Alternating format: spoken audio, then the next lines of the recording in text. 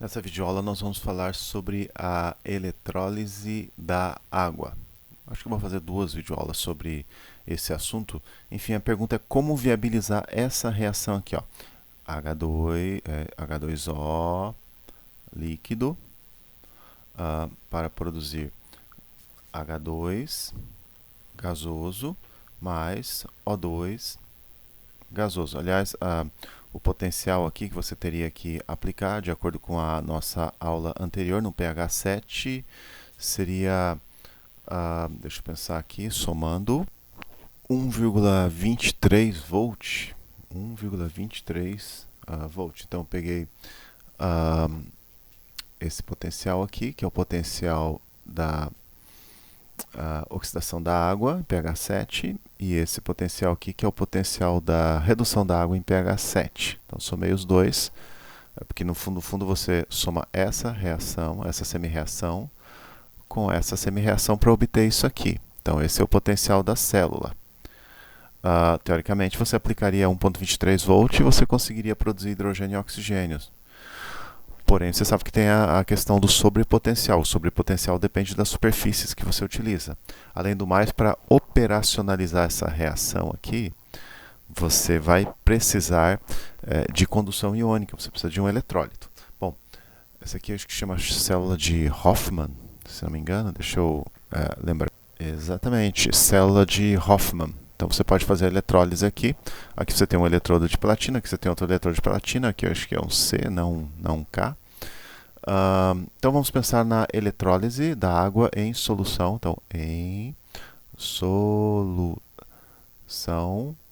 de Na2SO4. Por que eu estou pensando primeiro em solução de Na2SO4? Bom, porque o Na2SO4 produz uma solução de pH neutro. O Na2SO4 é um sal resultante da neutralização do ácido forte, ácido sulfúrico, pela base forte, hidróxido de sódio. Então, se você prepara uma solução de Na2SO4, você deve ter uma solução de pH neutro. Adicionando então sulfato de sódio à água, você vai ter a condução iônica e também, lembrando que em concentração ou em pH 7,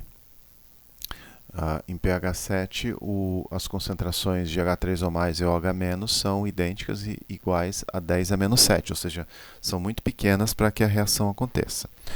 Bom, vamos pensar então. Você adicionou o Na2SO4 no meio?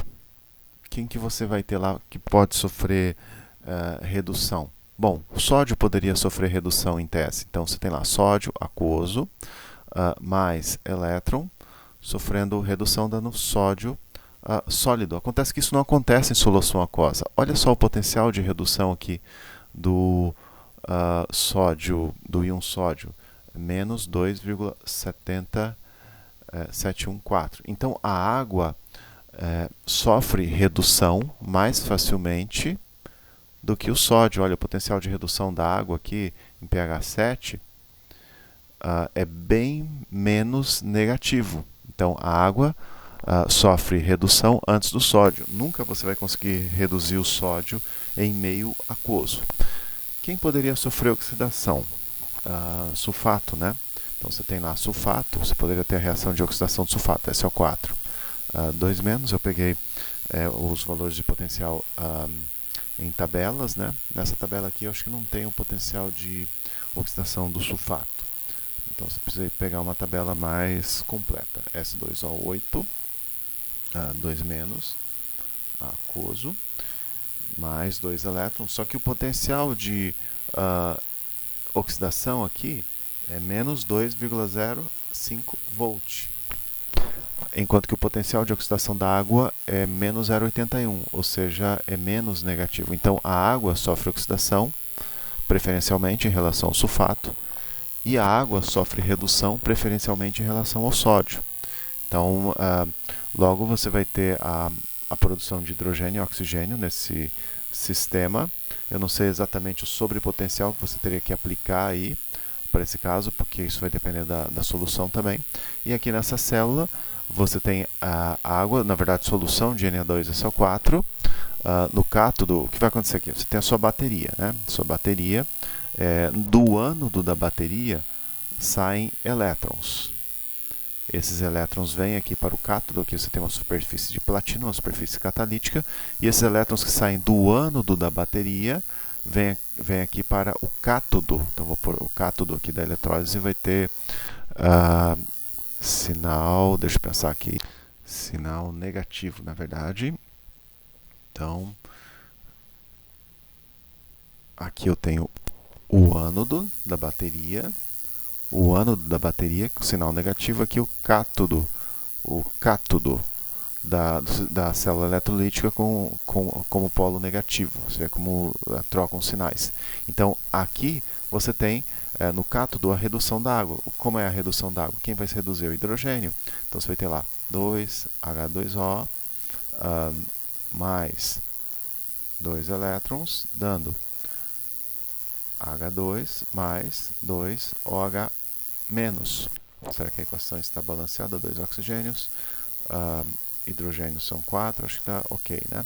Então, o que vai acontecer é que esse compartimento aqui tende a ficar alcalino. Então, se você colocar fenolftaleína aqui, vai ficar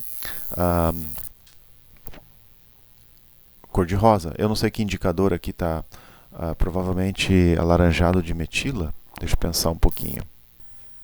Realmente, alaranjado de metila em pH mais alto vai ter essa coloração. Então, deve ser alaranjado de metila.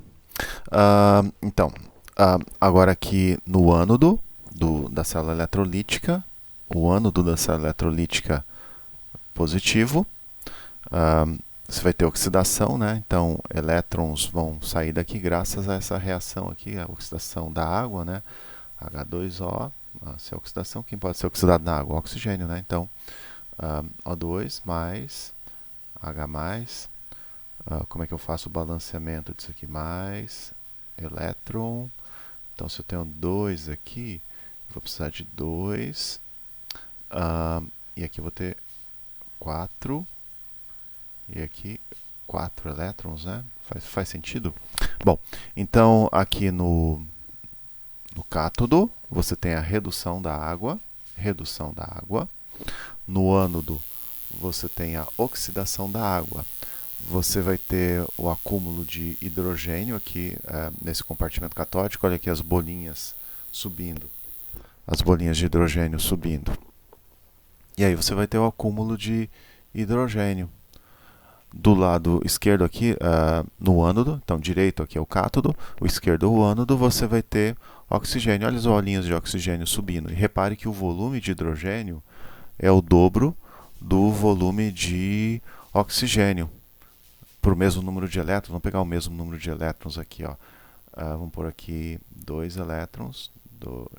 Na verdade, aqui 2 elétrons. Então aqui seria 1 meio. E aqui uma água. Pronto. Então, 1 mol de água que sofre eletrólise, você vai ter 1 mol de hidrogênio e meio mol de oxigênio. Então, o volume de hidrogênio é o dobro do volume de oxigênio.